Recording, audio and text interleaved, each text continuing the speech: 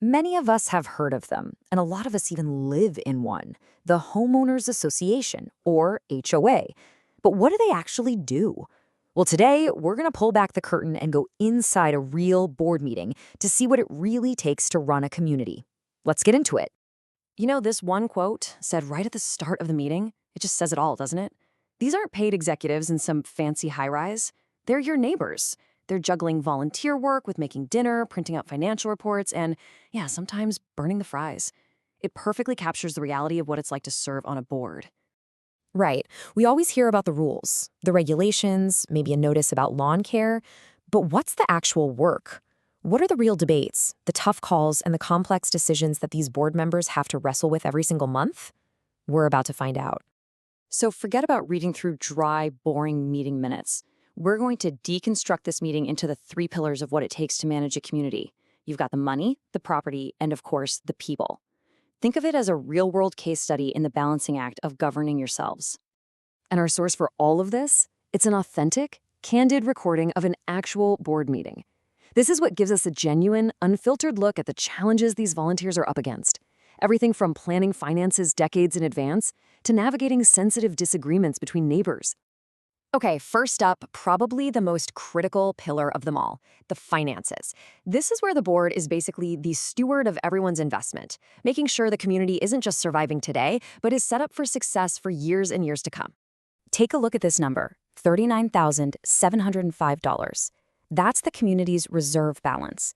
Think of it as their savings account, a really healthy safety net that they've built up through careful planning.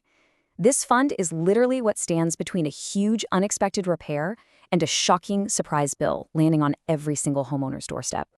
So, where do all your dues actually go? This breakdown tells the story. You can see right away that landscaping is a massive recurring cost. It's absolutely essential for keeping property values up. But look closer. See that quarterly reserve transfer? They are consistently moving over $5,000 into that savings account we just talked about, always building up that safety net. And this quote, it just brilliantly illustrates why that reserve fund is so vital. A $37,000 unplanned expense is a massive hit. It's a really stark reminder that no matter how well you plan, expensive surprises are going to happen, and the board has to be ready for them. Now, to avoid as many of those surprises as possible, the board uses this, a 25-year forecast. And this isn't just a guess. It's based on an engineering study that predicts the lifespan of major things, like roads and walls. Paving the street might seem like it's ages away in 2044, but the financial planning for it has to start now to make sure the money is there when it's needed without having to suddenly jack up everyone's fees. All this long-term financial planning brings us right to our next pillar, managing the physical property. This is all about maintaining the tangible stuff in the community, everything from those big retaining walls to something as simple as a streetlight. You know, taking on a major repair isn't as simple as just making a phone call. Let's use that retaining wall project as an example. You can see it's a whole process. First, the board has to identify that there's a critical problem. Then they have to go out and get professional quotes. Then they have to get formal approval from the whole board. And only then can they oversee the actual work. It is a major management task. Now here is a perfect example of a classic HOA dilemma. As the old streetlights burn out, they're being replaced with new, brighter, more efficient LEDs. The problem?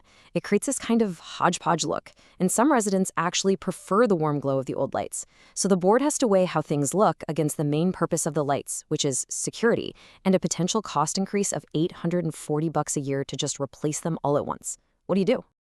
And that question leads us right into our third and, let's be honest, often the most complicated pillar, navigating the neighbors.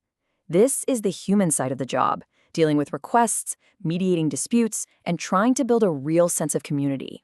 So this debate from the meeting, it might seem kind of small, but it actually gets at a much bigger question.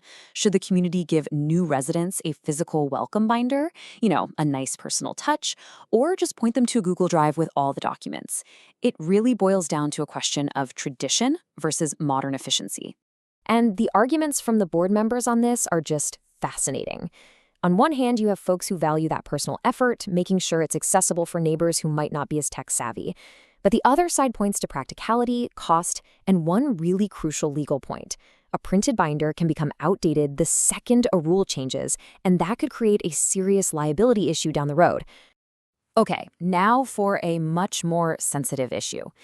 This quote describes the sheer frustration some residents felt after a really difficult experience with a previous board over planting some trees.